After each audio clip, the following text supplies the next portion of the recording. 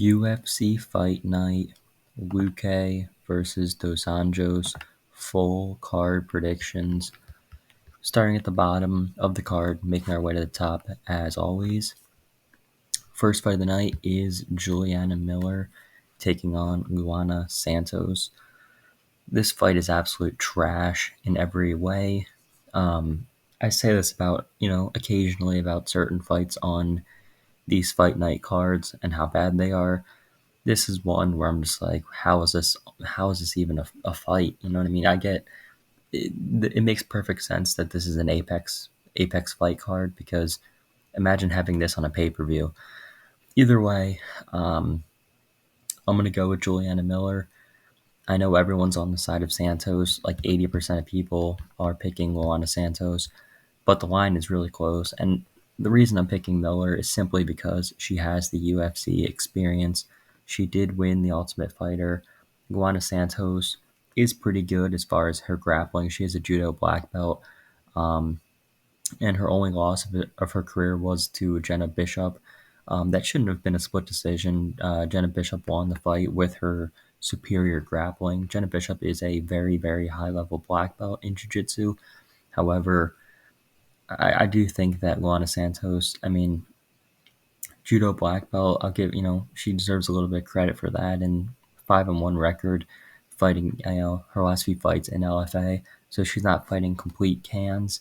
But Juliana Miller, you can call her a can a little bit, but she, like I said, she did win the Ultimate Fighter, so she's not completely terrible. Her last performance against Veronica Hardy was less than impressive, to say the least. Not good whatsoever.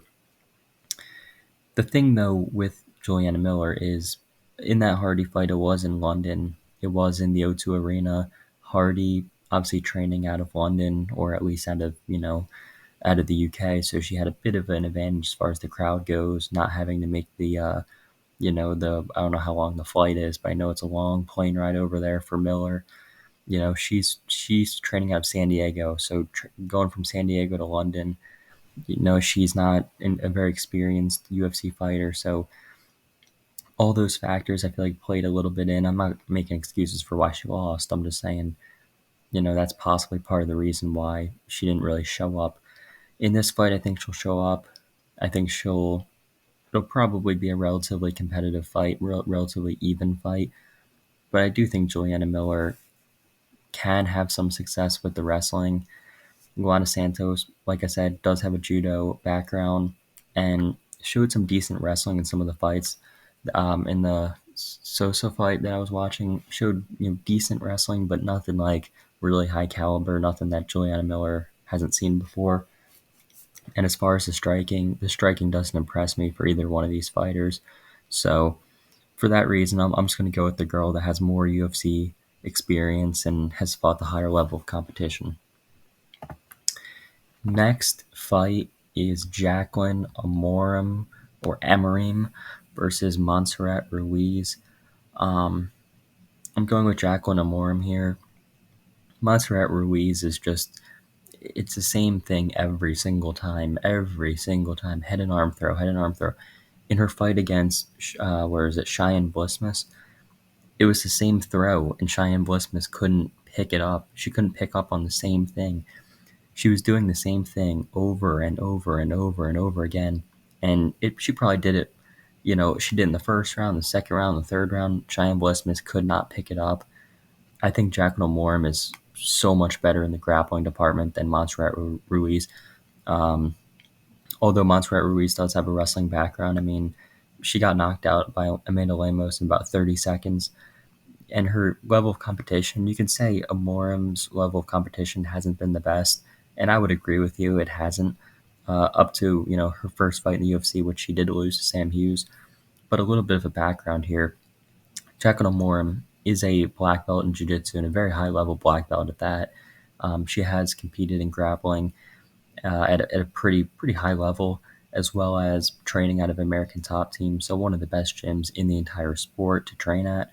Good training partners, good teammates to work with, sparring partners, all of that, as well as she was controlling Sam Hughes for the entire first round. She almost submitted Sam Hughes in the first round. That was a very dominant round, but After that, it seemed like it was a bit of a cardio dump or an adrenaline dump, whatever you want to call it. Um, Second and third round, she just got beat up by the fighter in Sam Hughes. That is, she knew Sam Hughes knew, first round Jacqueline's probably going to win. She always, looks good in the first round. I do expect her to be able to. I don't want to say, I think she probably could go all three if she needed to against Montserrat Ruiz, but I just think Jacqueline Moram is the better overall fighter. Training, as I mentioned, out of Coconut Creek, Florida, American Top Team, having that grappling edge, her striking, even I'm not really super impressed with her striking, but in the past on the regional scene, from what I've seen, she does have, you know, at least solid enough striking. Montserrat Ruiz's striking isn't really that good in my opinion, so I think Jacqueline Moram should be able to get it done. If Montserrat Ruiz goes to her wrestling or tries to, do that same head and arm throw that she's been doing, or that she looks to do in her fights, I think Jacqueline Moram will be able to capitalize on that because her grappling, I think she'll be able to submit Montserrat Ruiz if this fight does hit the mat. Moving along, we have Josh Parisian and Martin Buday. Such a terrible fight. I'm going with Martin Buday. I have to because Josh Parisian got his face humped by Dontel Mays. Um, for any of you that remember that fight, that was one of the weirdest things I've ever seen in a UFC fight in my life. I've watched a very good amount of UFC fights, and I've never seen anyone do what Dontel Mays did to Josh Parisian. The dude actually humped his face, and I was looking at that. I was like, "What is Dontel Mays doing?" And I believe what he was trying to do was like hit him. He was in north south, and I guess he was trying to hit him, with his thigh or whatever, with his hip. But it's like it just looks so weird. The fact that that happened to him makes me never want to ever pick him in any fight, just because he let that happen to him. But in all fairness to Parisian, I mean, he does have 2 UFC wins over probably the worst fighters on the entire roster at the time. Roque Martinez was garbage, and he won a split over him. And then Alan Badeau is also garbage, who had 0 wins in the UFC. But I think both of these guys have 0 wins in the UFC, Badeau and Roque Martinez. And him beating Roque by split decision is just terrible. And then besides that, Jamal Pogues beat him. Jamal Pogues, I guess we know now is, I don't want to call him a fraud, but he's not really that level after he got destroyed by Mick Parkin. Dontel Mays, he made Dontel Mays look like a world beater, and then he loses to Parker Porter. So just goes to show he's not on that level.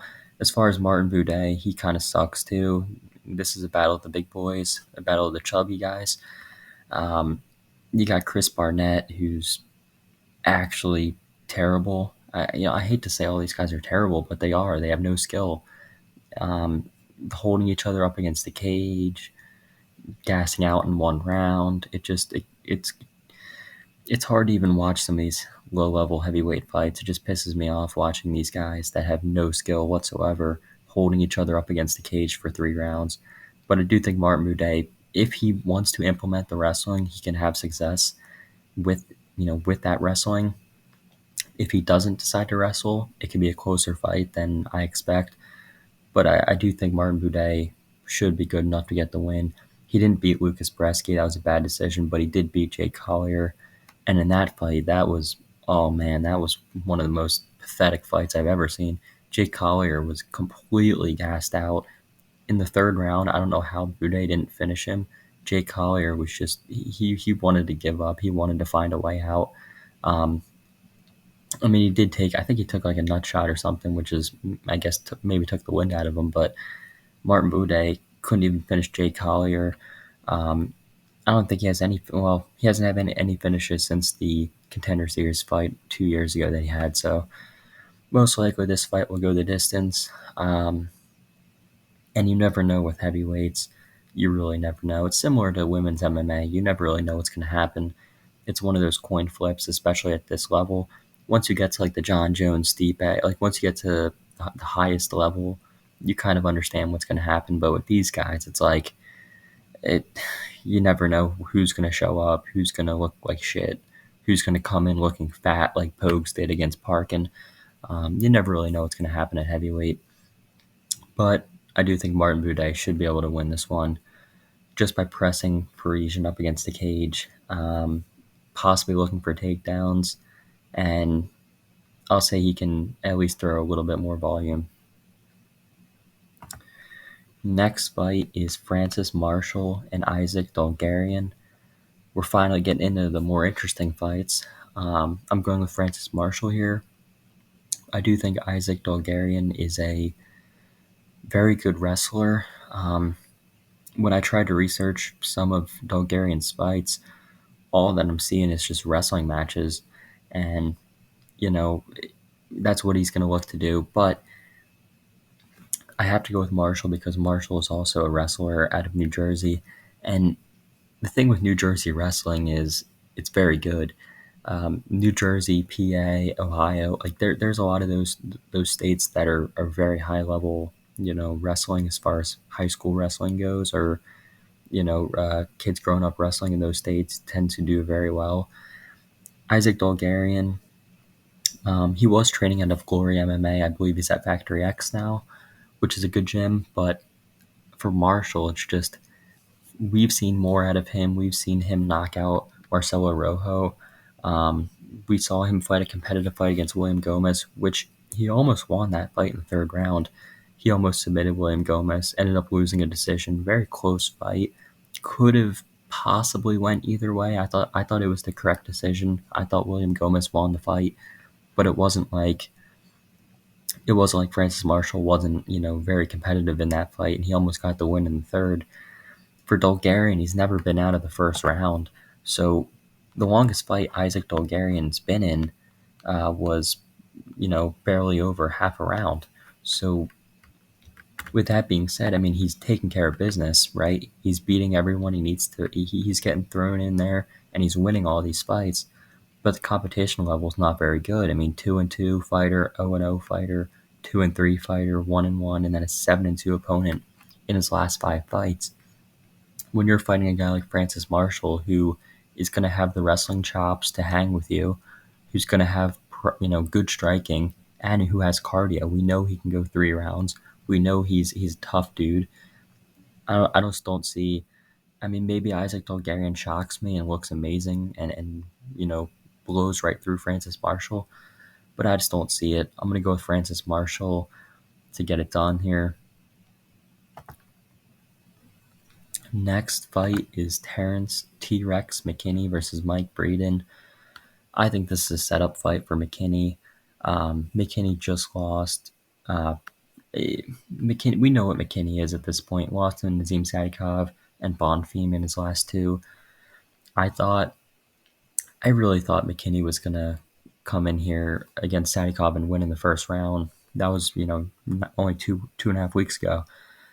But as we know, McKinney's round 1 or bust. I did say that in the prediction video. I said either McKinney wins in the first round or Sadikov's going to win.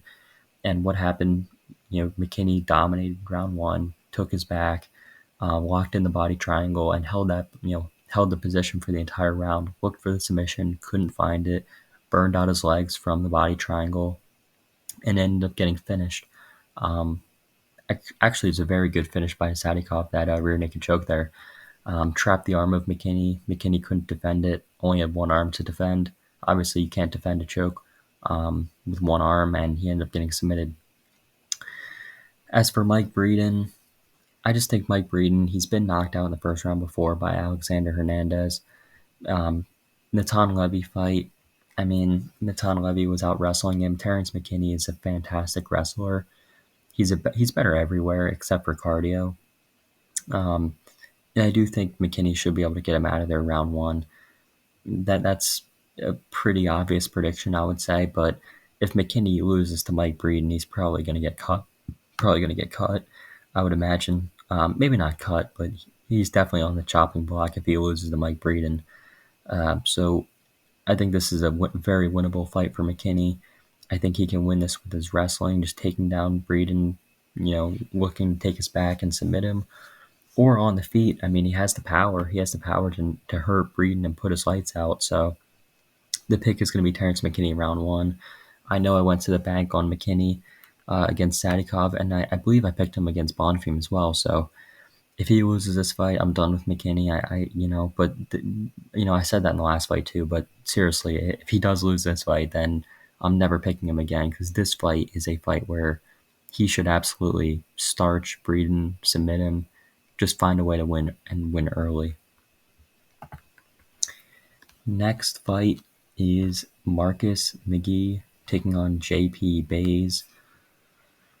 I'm going Marcus McGee. JP Bays, he's a good wrestler. He's a good grappler. He actually is. He trains with some of those guys like Aljo Marab. Like, I think a lot of those guys out in I think the Basharat brothers as well.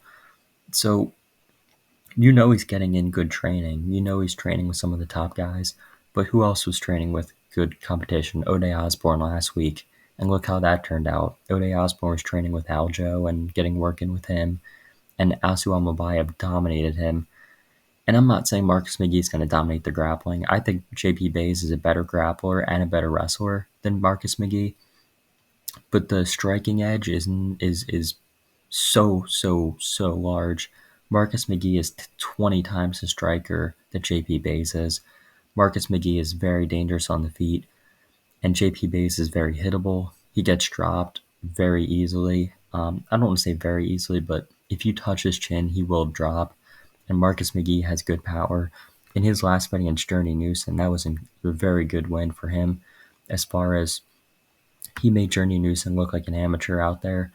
He was beating him on the feet, and he even submitted him. So, great win for Marcus McGee. I don't know if he's going to submit JP Bays, but I can see him finding a knockout. I could see him just, touching JP Bays on the chin. I mean, Cody Durden did it. And to be fair, Cody Durden, we saw how much of a dog he is last week. But Durden isn't known for his knockout power. Durden is known for his wrestling, his durability, his toughness. Cody Durden is a lot like Colby Covington, in all honesty. I feel like there's a lot of comparisons there between Durden and Covington. I feel like for Bays, he's a different type of fighter. He doesn't have the durability. He doesn't have the he does have the wrestling and the grappling, but he doesn't. Yeah, I think if Marcus McGee starts, lighting him up on the feet, it's going to be over quickly. So the pick will be Marcus McGee to find a knockout. And to start the main card, we have Josh Fremd taking on Jamie Pickett. I'm going with Josh Fremd. Jamie Pickett is not very good. I'm just going to say he's not very good. His last fight was against Bo Nickel. I mean, what are you going to do? It's Bo Nickel. I don't blame him for losing that fight. In fact, I'm not one of those people. Like, he did get kneed in the nuts, and that's part of the reason why he got taken down. Listen, would he have lost the fight? Most likely. I'd say there's like a 95% chance that he loses the fight regardless of that. But he did get nut shotted, so he should have been given, at least some time to recover. The ref didn't see it. He got taken down and submitted right after. It happens. It's Bo Nickel. He probably would have gotten submitted anyway, or, knocked out, ground and pounded, whatever. He would have lost to Bo Nickel regardless of what happened. But, it wasn't. You can't really say that was a terrible look for Pickett, because he was, his takedown defense was looking decent until he took that knee.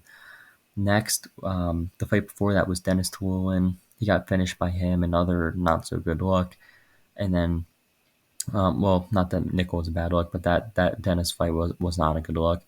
And then loses to Kyle Dawkins, who I don't believe is in the UFC anymore. His only UFC wins was against Joseph Holmes and Laureano Starpoli, who I'm not really too high on either of those guys.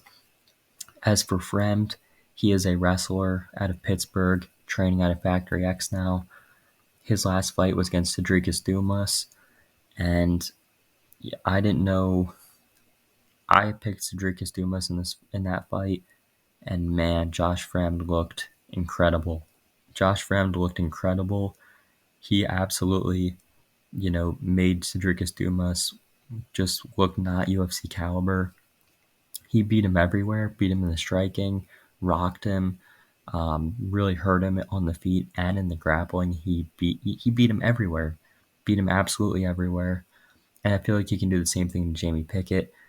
Jamie Pickett, he's not really good anywhere, in all honesty. I feel like Fremd could find the takedowns if he times them. He can even win on the feet, possibly.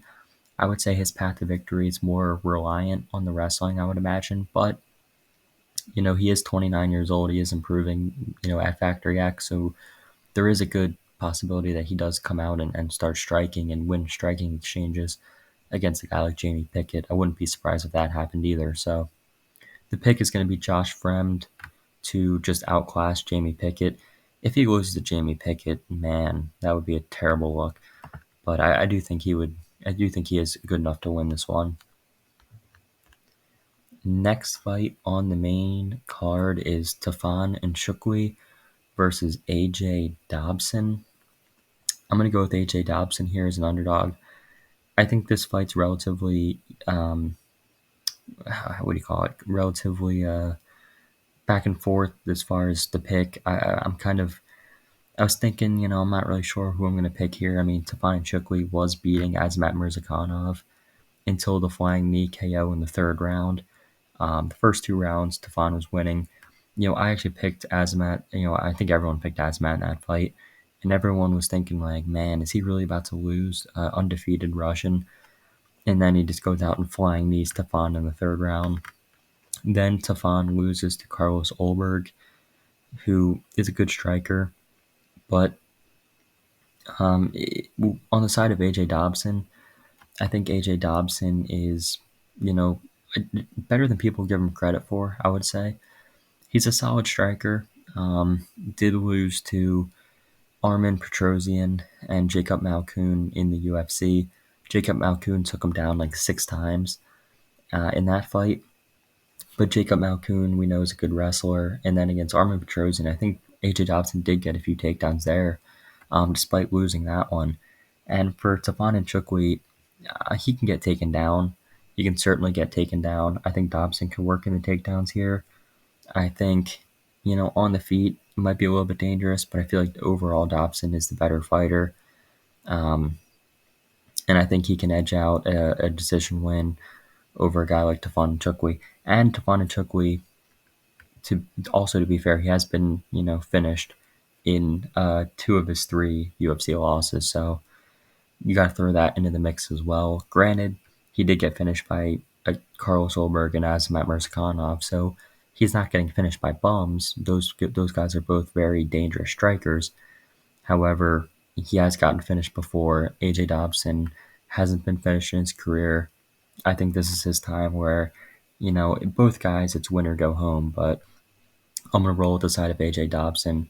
Also training out of the same gym as Matt the Immortal Brown. So do with that information what you will. I'll say that'll definitely help his striking out a lot.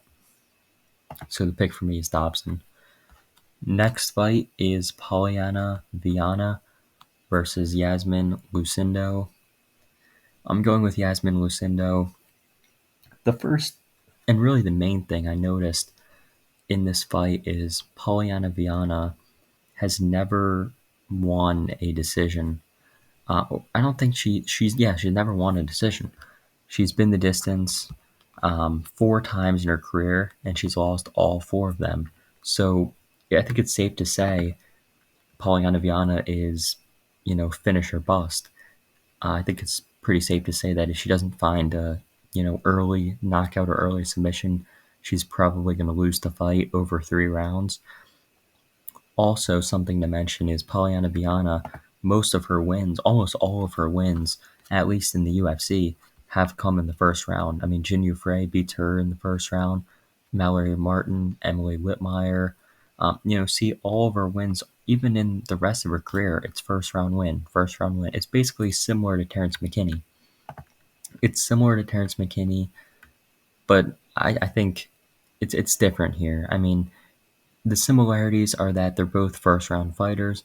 The difference is that Polyana Viana is fighting a girl that is, pretty durable, and I don't think Yasmin Lucindo. She hasn't. I know she hasn't been knocked out before. She has been submitted, but I'm sure she's 21 years old. I'm sure she's improving her grappling game. I don't see Polyana Viana having that same knockout success as she did against Jinyu Frey. I think Lucindo's the better striker. I think Lucindo can keep this fight on the feet and outstrike Polyana Viana and stay safe as far as any grappling exchanges go and win a decision.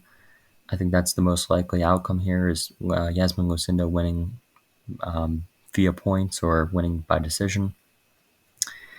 I just don't trust Polyana Viana over 3 rounds. In the first round, she's dangerous, right? In the first round, she's dangerous. She always is. But as the fight goes on, it's going to be clear Lucindo. So that's what I expect to happen there. Next fight is Khalil Roundtree versus Chris Daukaus. I got to go with Khalil Roundtree. Chris Daukaus is coming off of 3 knockout losses in a row at heavyweight, and now he's moving down to light heavyweight to fight a guy who is extremely, extremely dangerous in Khalil Roundtree. Now, let me say this to come to the defense of Chris Daukaus, his knockout losses have been to Derek Lewis, Curtis Blades, and Jairzinho Rosenstruck. Those 3 guys are big heavyweights, much bigger than Chris is, and they hit very hard, especially Lewis and Jairzinho, and even Curtis Blades. I mean, Curtis Blades is a big heavyweight as well, more so a wrestler, but still, he's still got some pop on his punches. For Khalil Roundtree, though, I just see him finding the kill shot on Chris Daukaus and putting his lights out and putting him away. I mean, also that fight against Modestas Bukauskas, that was a nasty. Modestas was actually looking pretty decent in that fight, just trying to stay at range, not get hit with any big bombs by Khalil. And then he, that side kick to the knee blew out Modestas' knee. I think he tore his ACL or MCL, had to get surgery, got cut from the UFC. I'm happy for Modestas that he ended up coming back, but that was a very, very, just that guy, he's dangerous. Khalil Roundtree is dangerous. His last fight was against Carl Roberson, beat him, and then honestly, I think I mentioned this last week. I thought Dustin Jacoby should have won against Khalil Roundtree, and actually, I picked Dustin Jacoby to beat Kennedy and Zetriku, but regards to that, Khalil Roundtree, we know that Dustin Jacoby is a good striker, so and we know he's a good fighter in general, so no shame there for Khalil Roundtree losing that one. Against Chris Daukaus, I just see him finding the shot. He does throw with massive power. He's got nasty leg kicks. He's a dangerous guy.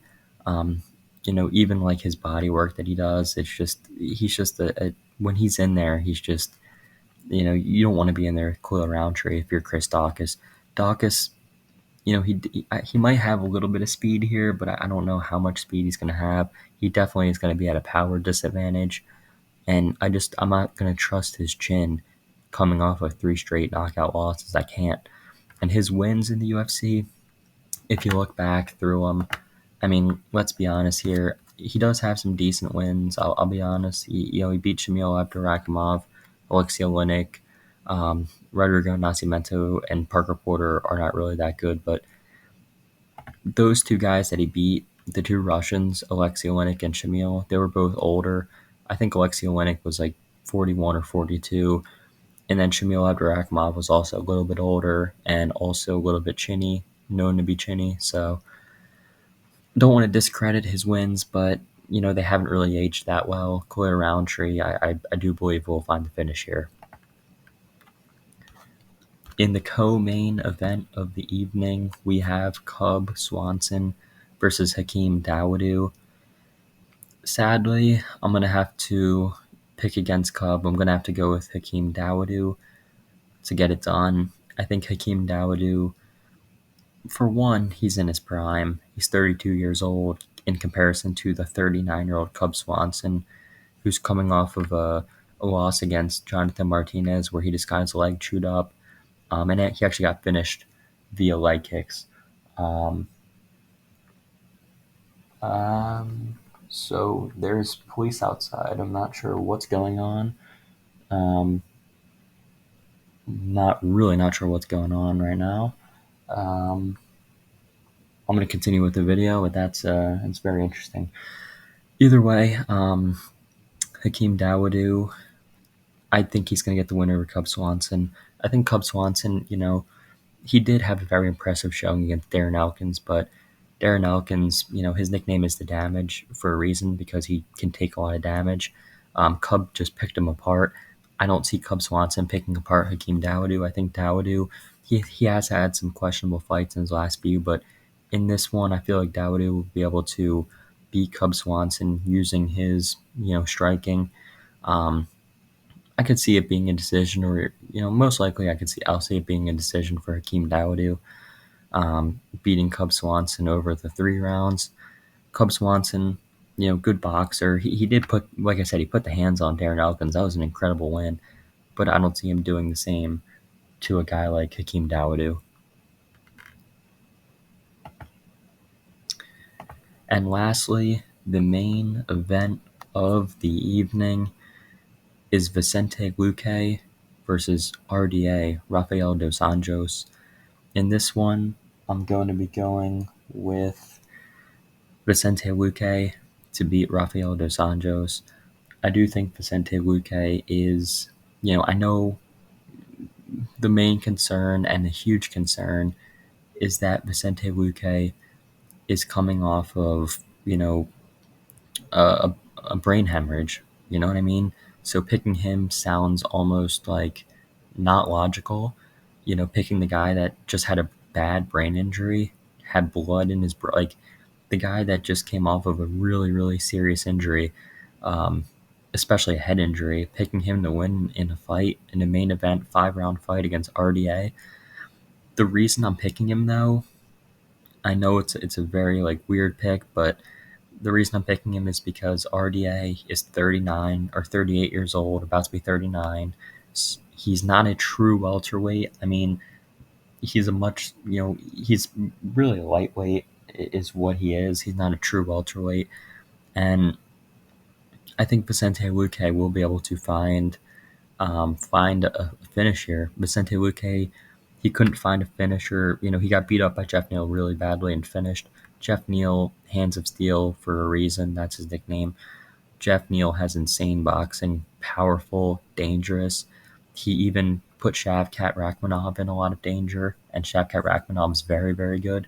So I don't, you can't take anything away there from Vicente Luque. I mean, he did get beat up really badly, but by a very good boxer. Bad stylistic matchup for him in that one as well. And then against Bilal Muhammad, in the Bilal Muhammad fight, I mean, he looked, Bilal Muhammad did what Bilal Muhammad does. I mean, he grinded out a decision, used his cardio, his wrestling, and just won the fight over 5 rounds. So I don't see Rafael dos Anjos. He might get some takedowns. He might get some control time. He might look pretty good, but I think eventually Luque will find a shot that will hurt RDA.